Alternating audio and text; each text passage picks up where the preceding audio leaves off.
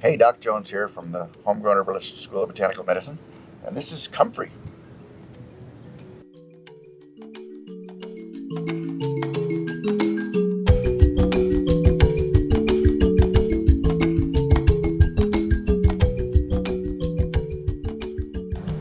So Comfrey is Symphytum officinale, and really a tremendous plant. It's got some really remarkable properties.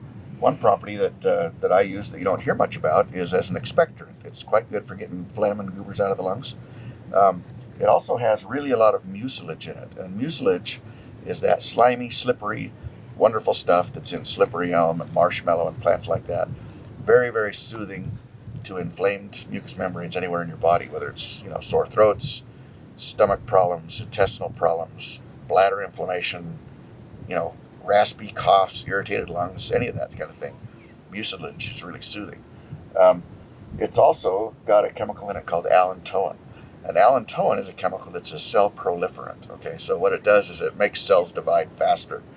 The funky herbalist word for that is a vulnerary, right? A vulnerary is a plant that accelerates healing. So Comfrey is really tremendous for wounds, for fractures, broken bones, things like that.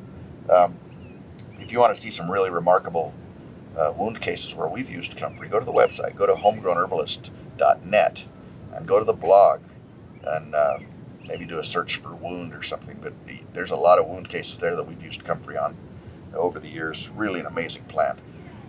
You don't want to use it on a puncture wound, right? Because it'll close it up too fast, and now you're going to get an abscess. But any other kind of wound, Comfrey is the bomb. Really fantastic. I also use it on stomach ulcers, especially combined with calendula. So the calendula's got good antibiotic properties. The Comfrey heals things and has the mucilage to soothe that stomach. Really a nice combination for stomach ulcers. There is some controversy about using Comfrey internally. It does contain some pyrrolizidine alkaloids, and there have been some cases where that causes some veno-occlusal disease in the liver.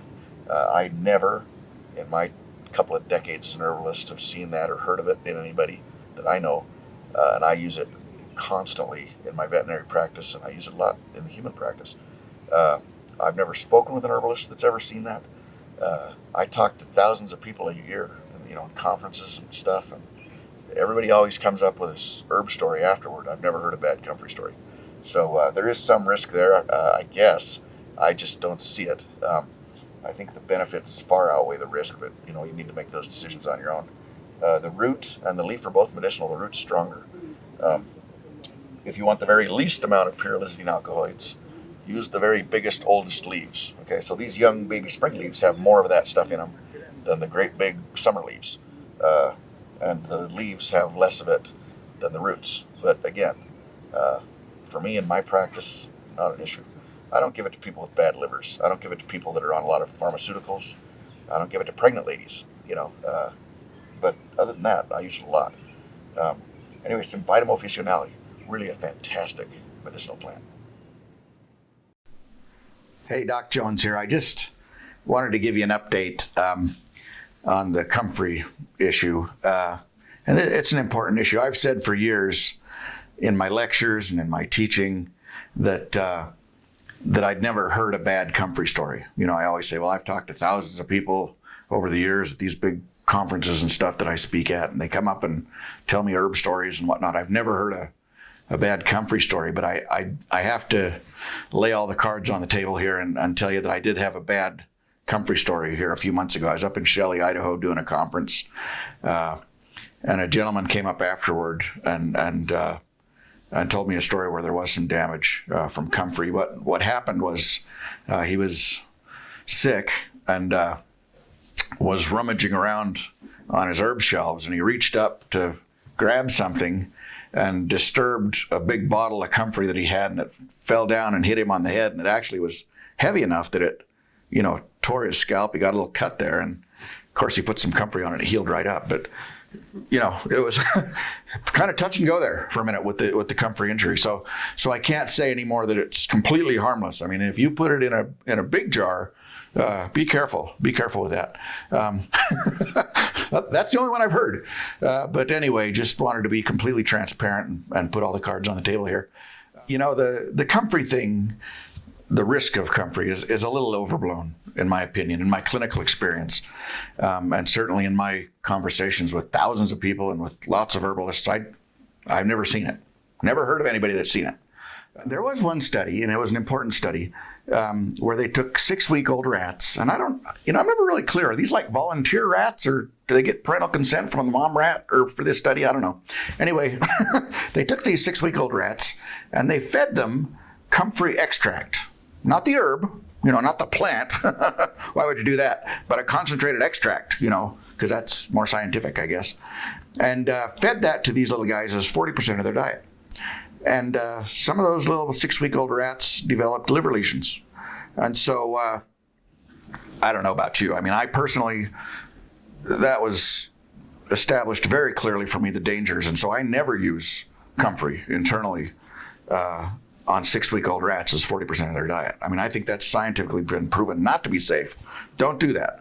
I do use it on every other species in my veterinary practice and my naturopathy practice, and I've never had a single issue. And I mean, I'm not talking about using it half a dozen times. I've been using it for decades, hundreds and hundreds of times. Never seen an issue. Okay. And I'm not saying it isn't without risk. I mean, every herb you take has risk. Every pharmaceutical you take has risk. I mean, mercy, do you watch the TV ads? And they talk about how great it is for 30 seconds, and then they spend 30 seconds telling you how you're going to die if you do it, I mean, there's risk to everything. But in my experience, when I'm assessing the value of something, I do a risk-benefit analysis. What's the risk? What's the benefit? And in my experience, Comfrey gets us rock solid A+ on benefit, and I got nothing on the risk. I just have never seen it. I've never spoken to an herbalist who's ever had any bad experiences with it.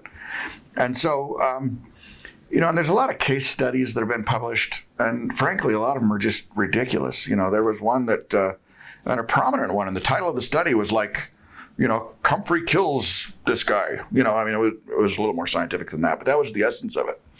And the story was that this young man went to the emergency room, had abdominal distension and liver enlargement and abdominal pain. They didn't do any biopsies or anything on the liver, but they did treat him with prednisone and sulfasalazine, both of which are liver toxic, by the way. And he got better, which is great. Some months later, he went to an acupuncturist for something else, and the acupuncturist put him on Comfrey tea for about a week. After that, several months later, he started developing some problems, went and got diagnosed with Crohn's disease. So they put him on immunosuppressive drugs for the Crohn's.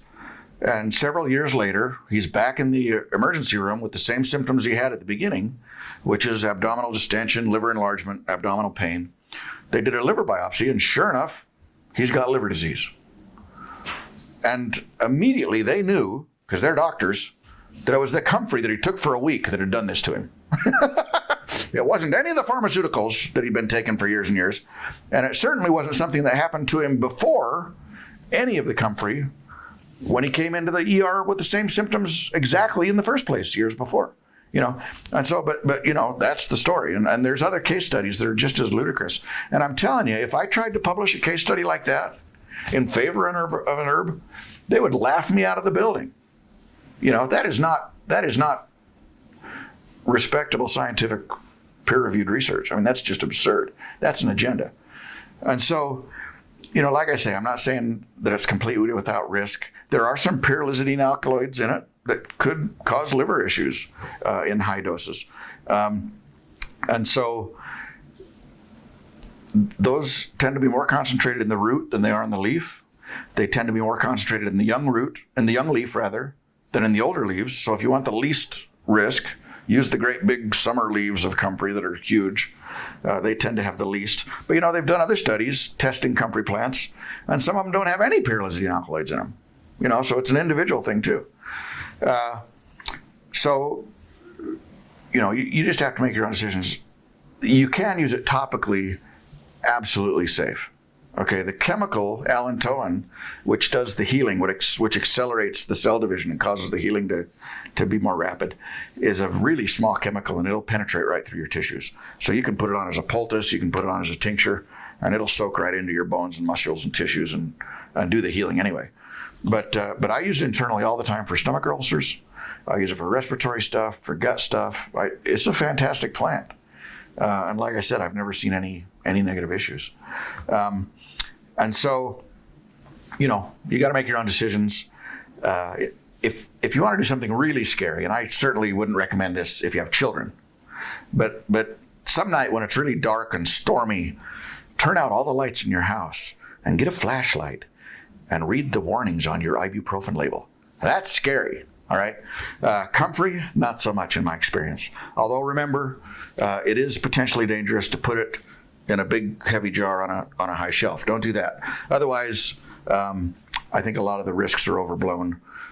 Make your own decisions, use your own judgment.